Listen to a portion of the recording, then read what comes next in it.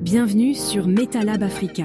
Ici, je partage mes projets électroniques, des solutions web innovantes, des systèmes embarqués intelligents et des tutos pratiques autour de l'Internet des objets. Abonne-toi pour ne rien rater. Bonjour, aujourd'hui j'aimerais bien vous parler de comment créer un nouveau modèle d'un composant sur Isis Proteus. Donc on va se baser sur le modèle de AD642 en premier temps. Deuxième exemple, on va utiliser le nouveau composant AD642 en mode suiveur. Donc on va passer à Isis Proteus.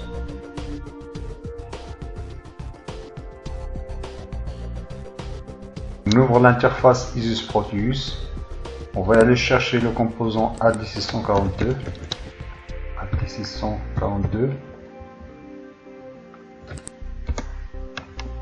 En effet, on dispose de deux composants. Si vous avez bien regardé la première partie, en fait, on avait créé le symbole de AD642 qu'on avait nommé AD642X et le modèle existant c'est AD642. En réalité, donc les deux modèles ne disposent pas de modèle de simulation, les deux composants, nos simulator modèles. Maintenant, ce qu'on va faire, on va reprendre notre ancien composant AD642X, puis on va lui affecter un nouveau modèle. Voilà, on clique, on reprend notre ancien composant, on ouvre le datasheet du composant AD642. Voilà. Donc c'est un double amplificateur opérationnel. Donc le composant il est constitué de deux amplificateurs qui sont parfaitement identiques avec deux broches d'alimentation. Et nous, ce qu'on va faire, on va créer notre modèle qui est basé par deux amplificateurs opérationnels. Premièrement, double-clic sur le composant, puis on coche attache hiérarchie modèle. Donc on va attacher l'hiérarchie modèle, puis on clique sur OK. Après on clique sur le composant, après go to shell sheet. Donc c'est dans cette interface là qu'on va définir le modèle de notre amplificateur. Donc on va ajouter deux amplificateurs opérationnels basiques, donc op-amp. Donc les deux amplificateurs doivent avoir une alimentation.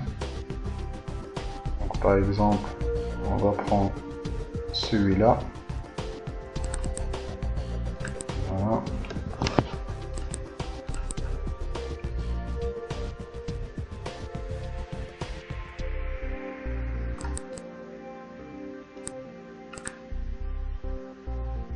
On va ajouter les entrées. Donc input, deux entrées, entrée alimentation, et une sortie. Voilà, on branche l'ensemble.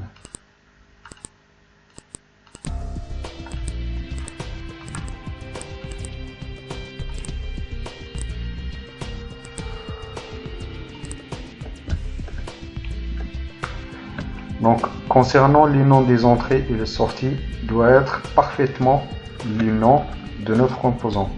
On va revenir à la feuille principale du projet.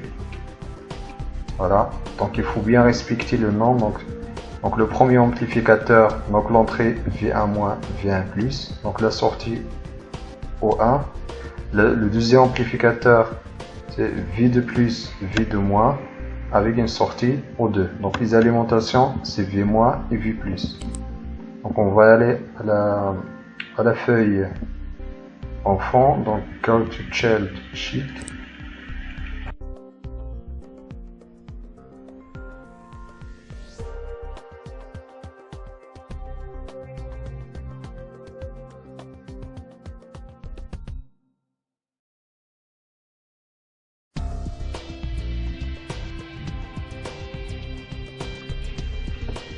Voilà donc nos deux amplificateurs. Donc on a l'entrée V1+, V1-, avec une sortie O1, V2 plus, V2- avec la sortie E2. Donc on va revenir à notre composant. Voilà. On va tenter de lancer la simulation. Donc le modèle a été bien pris en compte. Donc maintenant, on va essayer de brancher les deux le premier amplificateur et le deuxième amplificateur en mode suiveur. Donc on va brancher l'entrée moins avec la sortie. Donc pour les deux amplificateurs, donc O2 avec V-. Après, on va injecter un signal sinusoïdal à l'entrée plus. Voilà.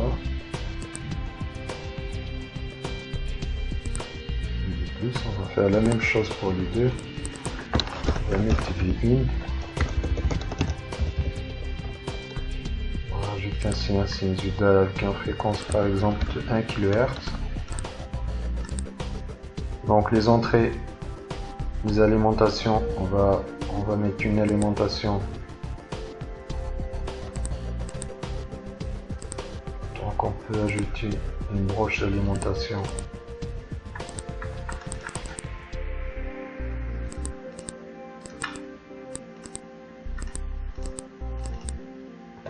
Plus 10 volts.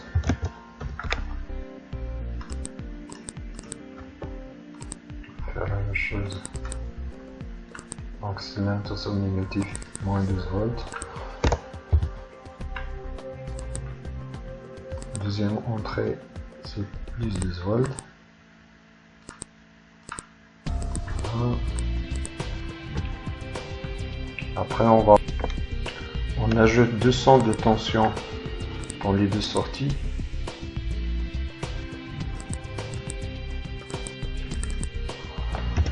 Puis out. 2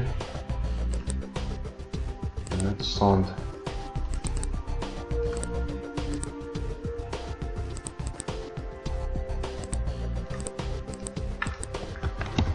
out.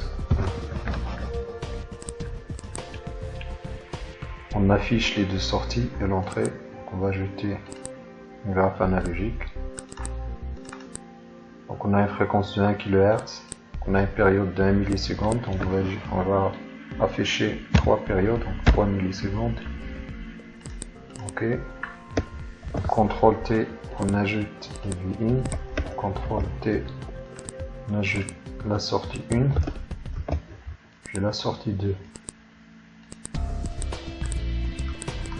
On clique sur espace pour lancer la simulation. Voilà. Donc on constate que les trois signaux sont identiques, c'est-à-dire Vin, Vout1 égale à Vin, Vout2 égale à Vin. Maintenant, on branche le premier amplificateur avec un gain égal à 2, puis le deuxième amplificateur, on le laisse avec un gain égal à 1, c'est-à-dire en mode suiveur.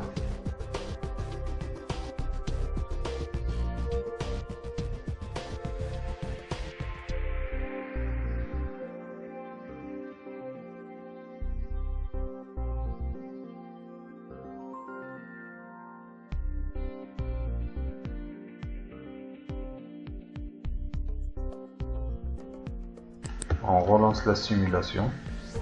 Voilà. Donc on voit le Vout1. Donc le Vout1. Donc l'amplitude il est multiplié par 2. Par contre le Vout2 et le Vin sont parfaitement identiques. Donc le premier amplificateur ça marche avec un gain égal à 2. Le deuxième amplificateur, donc ça marche en mode suiveur. On essaye de supprimer le composant dans l'interface du montage. On va supprimer l'ensemble. Voilà. On ajoute de nouveau notre composant AD642. On relance la simulation.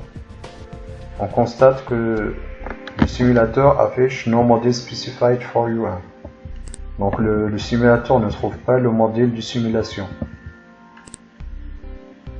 Donc en effet, ce qu'on va faire, on va faire double-clic sur le composant. Il faut bien cocher le attache hiérarchique, il faut bien attacher le modèle hiérarchique. Donc voilà, attache le modèle hiérarchique, donc ok. On va y aller vérifier la disponibilité du modèle. Voilà, donc notre modèle, il est encore disponible. Donc on revient à la feuille principale. Donc on lance la simulation. Donc c'est ok. Donc la simulation, ça marche. Autrement dit, donc le simulateur prend en considération notre modèle. Maintenant, on va fermer la fenêtre principale du programme EasisProteus. Donc on va par exemple ouvrir un nouveau projet existant. Ça peut être n'importe quoi. Voilà, après on referme. Donc là, on a l'interface par défaut du logiciel EasisProteus.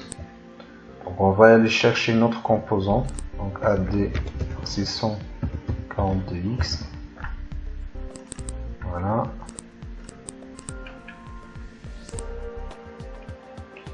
Donc on lance la simulation pour vérifier la disponibilité du modèle. Donc on lance. Donc le simulateur il affiche la même erreur, donc ne tient pas en considération notre modèle. Donc on va double-clic, on attache le modèle hiérarchique. On va dans la feuille enfant. Donc là on trouve la feuille enfant vide.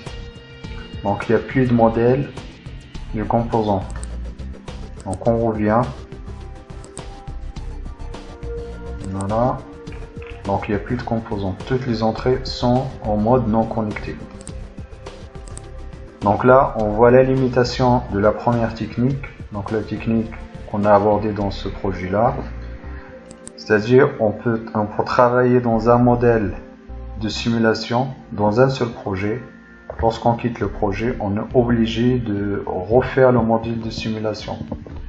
Donc c'est un modèle flottant. Donc là, ce qui nous intéresse dans un projet, c'est d'avoir un modèle disponible tout le temps. Comme dans le cas des différents composants EasisProteus, par exemple, si on prend n'importe quel composant, donc schématique modèle, donc le modèle de simulation, il est disponible. On verra dans la deuxième vidéo, une deuxième technique qui va nous permettre d'avoir un modèle permanent. C'est-à-dire, lorsqu'on va quitter le projet, ou bien lorsqu'on va quitter EasisProteus, ou bien redémarrer son ordinateur, on retrouve notre modèle de simulation. Merci de votre attention et à la prochaine vidéo.